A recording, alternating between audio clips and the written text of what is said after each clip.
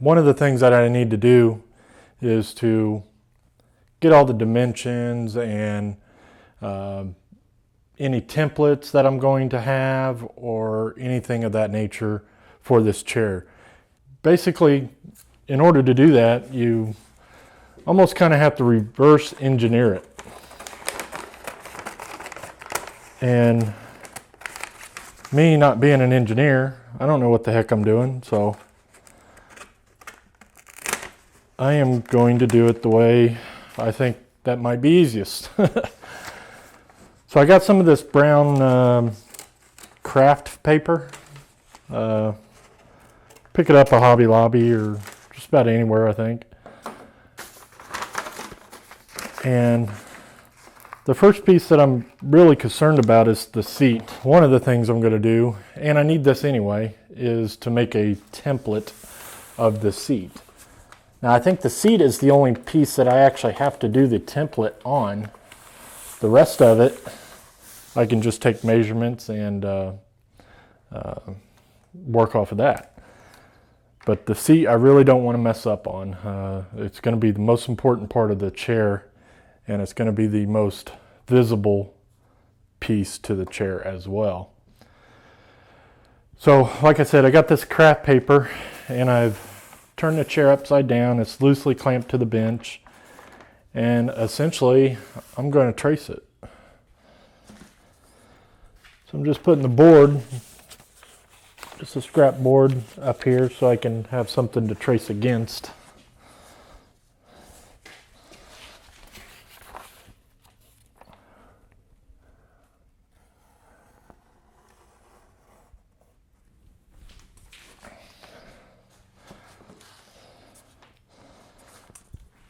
It's actually working out pretty decent, I think.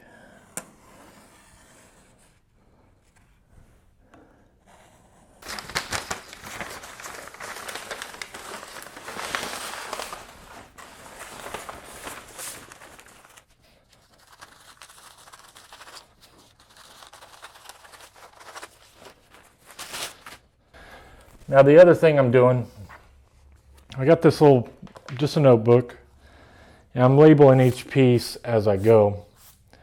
And obviously this one's the seat. And I'm measuring those pieces as I go as well, off the piece, not off of any template. Now I'm going to take the largest measurement, which is 22 1/4 by like 18 is the largest that way. So 22 1/4 this way,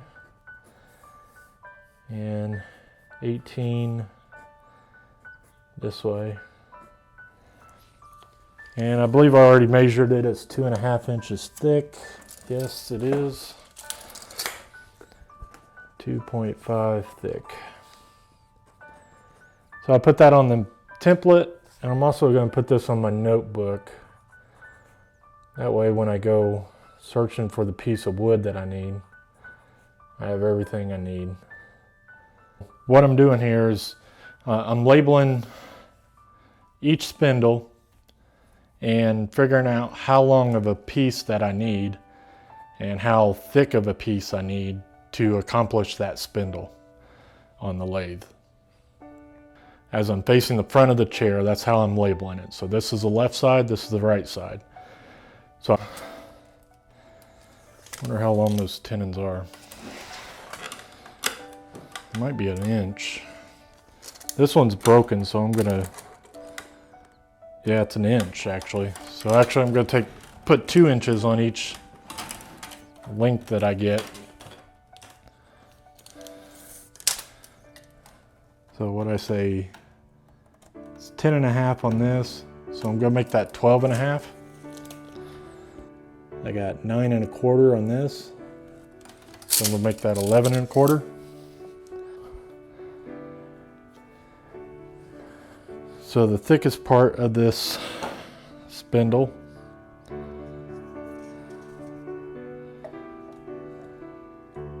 I think is right here. 1 3/4, half there. Okay, so I think a 2-inch piece of stock will work fine on those. So that's what I'm going to record down for the thickness on all of those spindles. So I'm going to add an inch to the bottom here for the mortise. And I might go a little longer on that one, probably 1.5 inches. So I'm just on the safe side, I'm going to add 2 inches. Here's a good example for the fast cap flat back tape measure. I can actually bend that around material and get pretty darn close. So I got 21.5 showing. You know, add the inch on each side, so 23.5. This is 1 3/4 inches. No, it's not. It is 1.5. 1.5. And see what this is. 3/4 inch thick. This measurement should be the same. I'll use the wire. Here's the wire. It's 22.5 showing. So we make that 24.5. The tallest point should be right out here. That's 5.5. And it should be 3/4. Yep.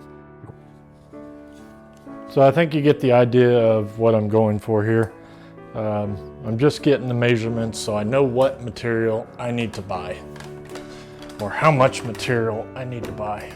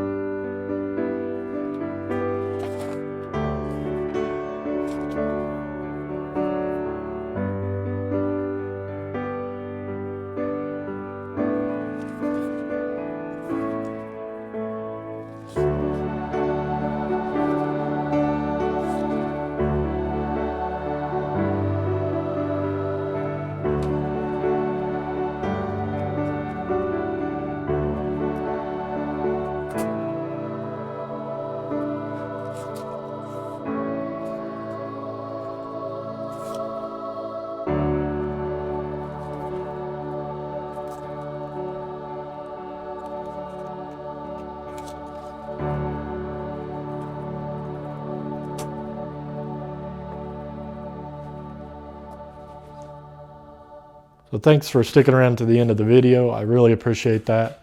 If you like what you've seen today, give me a thumbs up. If you have any suggestions on better and accurate measurements, I'd like to hear them down below.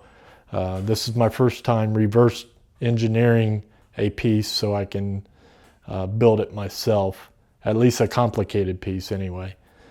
And so if there's an easier way to do that, I would be interested in hearing about that. Just leave me a comment below and let me know what you think. If this is your first time at MF Woodshop, I encourage you to hit that subscribe button so you don't miss out on any of my future content. I pretty much put a video out once a week, and it's projects like this. It can be as complicated as this one, or it can be as simple as a turning. I'm a wide range woodworker, so I don't specialize in any one thing. I know enough to get myself in trouble in just about every aspect of woodworking. So if you like this video, give me a thumbs up, leave me a comment, and until next time, I'll see you later.